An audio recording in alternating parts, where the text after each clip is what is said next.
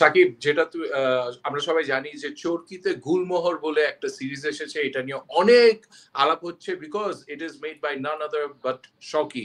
শকি is the acclaimed content যে বানায়, series বানিয়েছে প্রথমে তাকদীর, যেটা ম্যাসিভলি অ্যাপ্রিসিয়েট করা হয়েছিল। তারপর কারাগার আসলো সিজন 1, যে মানুষরা একদম উড়াই দিল।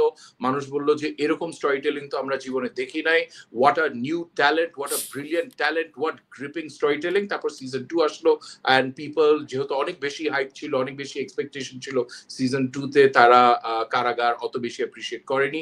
সো এটাও বোধহয় প্রায় 3 বছর আগের কথা। এই 3 বছর ধরে এভরিওয়ানস বিন আস্কিং যে শকি কি করছে।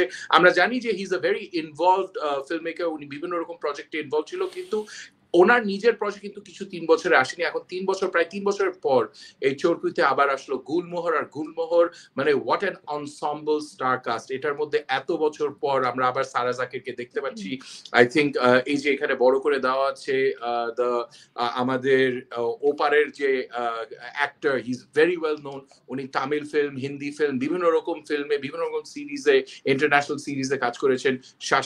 শাশ্বত Chatterjee, I believe is his name. So he's very well renowned, and it's absolutely earned because he's a tremendous actor. তার সাথে আমাদের ইমরান নূর আছে, আমাদের ইন্তেখাব দিনার আছে। So it is such a powerful star cast. আর এরকম একটা সিজনস ensemble কাস্টের এতদিন পরে যখন আসছে, তখন আর কি everyone was expecting a lot. এখন the question is যে গুলমোহর এই সিরিজটা, is it going to be the same old শকি লাস্টে যে একটু পড়ে যায়, or is it going to be a stand through? So আমি অ্যাকচুয়ালি এই জিনিসটা শুরু করেছিলাম বিকজ এখানে আমাদের মাস্ট beloved Mustafa Monar আছে, Sara Zakir আছে. I love them as human beings, so of course they're there, and it has some of the most appreciated actors. So obviously এটা যখন আমি দেখতে বসলাম, প্রথম হলো যে গুলমোহর নামটা কি জন্য। গুলমোহর হলো একটা বাসা, একটা বিশাল বড় একটা প্রাসাদের মতন, একটা জমিদার বাড়ির মতন একটা বাড়ি, ওটার নাম গুলমোহর রাখা হয়েছে। সো এখানে সাকিব, তুই কিছুক্ষণ আগে বললি না যে বাংলাদেশে আমরা সবাই খালি ওই মার্ডার, থ্রিলার, মিস্ট্রির দিকে আমাদের একটা ঝুঁকি আছে, বারবার ওয়েব সিরিজ এরকম শুরু হয়। সো এই গল্পটাও, ওয়েব সিরিজটা 8 এপিসোডের, এপিসোডগুলি খুব ছোট ছোট, 22 মিনিট 26 মিনিটের মতন আর কি এক একটা পর্ব। সো প্রথম পর্বটা just pulls you in because it has all the trademarks of incredible শকির প্রোডাকশন ভ্যালুস। মানে খুব চিমচাম ধাপ করে গল্পটার ভিতরে ঢুকে নিয়ে আসে।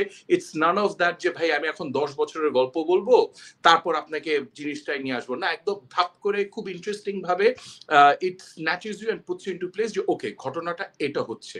আর গুলমোহর বাসার মধ্যে, বাড়ির মধ্যে বাবাটা মারা গেছে, ফ্যামিলির মধ্যে শুরু হলো একটা গন্ডগোল যে এই যে বিশাল বড় সম্পত্তি আছে, বাড়িটারি জমি যেটা আছে, এটার ভাগ বাটোয়ারা কিভাবে হবে। সো এটা যখন হচ্ছে, and it has all the tunings of আছে না যে একটা family with lots of secrets, সব ক্যারেক্টার্স আছে in different shades of gray. ছোট একটা ছেলে আছে যে বাসা থেকে অনেক দিনের জন্য উধাও হয়ে গিয়েছিল, ওকে কেউ পছন্দ করে না, এই বাবা মারা যাওয়ার পরও আসছে। ও খুব মানে আছে না যে ফটফট করে উত্তর দেয়, উল্টাপাল্টা কথাবার্তা বলে।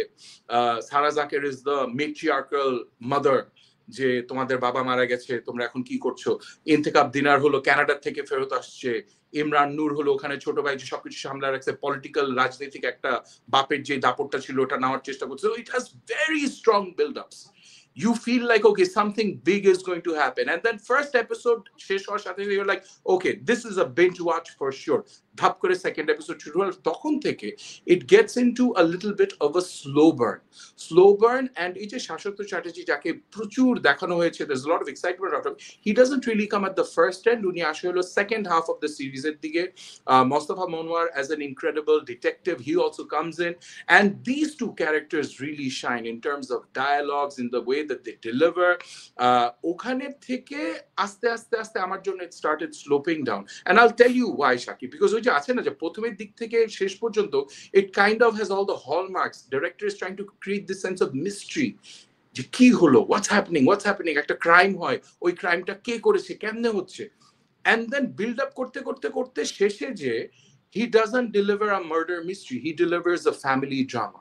So ওই জায়গাটায় it felt a lot like Karagar, that the build up was brilliant, all the actors, all the acting, it is absolutely out of this class. The production values দেখে মানে it looks like যে গত 3 বছর শকি যে এইটার জন্য production value দিছে এই সময়টা নিয়ে এই পুরো কাজটা ছিমছাম ভাবে করছে, it shows every little bit is good, but where it falls flat is ওই যে স্টোরি টেলিংটা, ওই পেজটার এন্ডিংটা definitely is out of balance. যে বিল্ড আপটা দিয়ে হঠাৎ করে ও it's just this, it falls almost like যে ওকে এখন আমার গুছানো লাগবে সো আমি গুছাই শেষ করে চলে গেলাম বাড়ি. That is my take of Gulmohar. Because of that reason, I was left with a very big sense of যে এটা কি হলো, আসলে এত টাইম ইনভেস্ট করে এটা কি পেলাম. So I was not at all satisfied, and my journey was just like, okay, it's going up and then it crashed down at the end. So I can't really say যে other than যে জিনিসগুলো আমি বললাম যে acting is tremendous, production values are great, এরকম প্রথমের দিকে যে গল্পের সেটআপটা, this is something very fresh. তাকদিরের মধ্যে যেটা দেখেছি, কারাগারের মধ্যে যেটা দেখেছি, শকির গল্প বলার যে স্টাইলটা, that is always very refreshing. You get something very not heard of or not seen of before, but endingটা really did not work for me.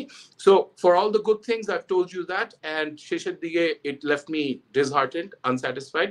So I can't really recommend this, but for all the reasons that I've mentioned, if you do want to give it a watch, do give it a watch. It's on Chorki.